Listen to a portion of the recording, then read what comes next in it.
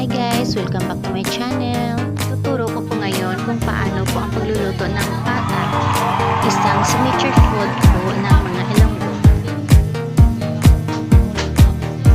Pero bago po ang lahat, please like, share, and subscribe to my channel guys. Thank you! This is Willa Vergara.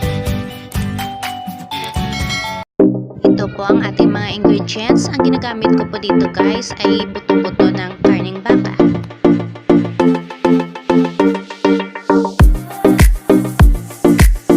Sisiguraduhin lang po natin kompleto yung ating mga ingredients at siguradong napakasarap ng ating ulam.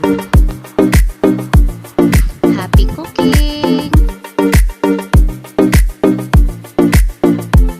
Una po, pakukuluan lang po natin yung ating buto-buto ng karne ng baka ng 3 to 4 hours. Pwede po kayong gumamit ng pressure cooker pag meron po kayo. Ayan, hintayin lang po natin na lumambot yung ating karne. Mahaba-habang lutuan po ito. Please po, sa hindi pa nakapag-subscribe sa akin, paki-subscribe naman po. This is Willa Vergara.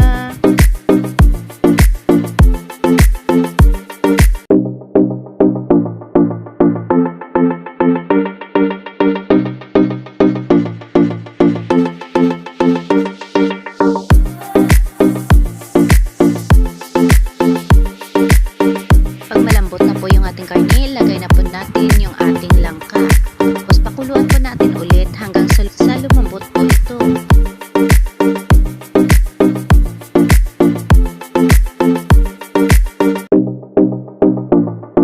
Pag medyo malambot na po yung ating langka, maglagay na po tayo ng ating onion.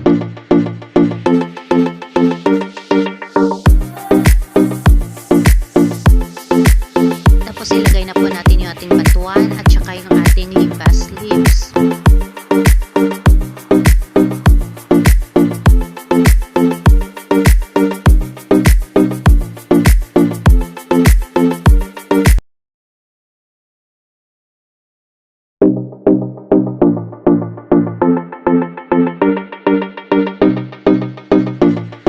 Pakuluan natin ito ng hanggang 10 minutes.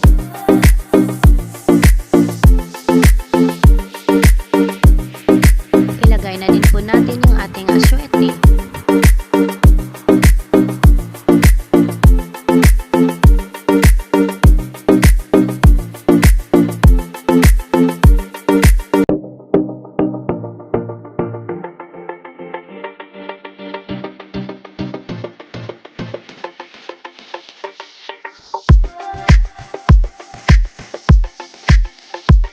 Maglagay na din po tayo ng asin, vitsin, at saka yung ating magic sarap.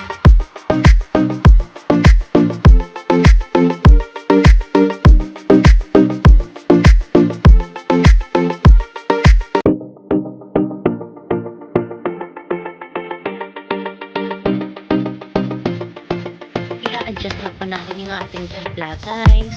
Tapos ilagay na natin yung ating chili pepper.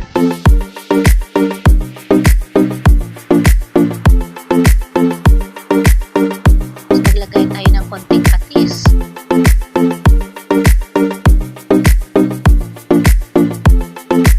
Ang pinakalas ay yung ating pichay at tapos na po tayo.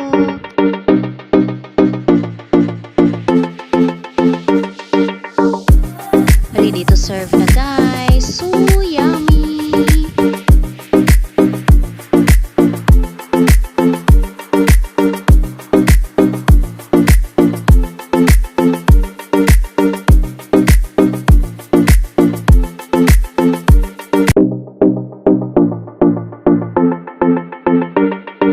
Thank you for watching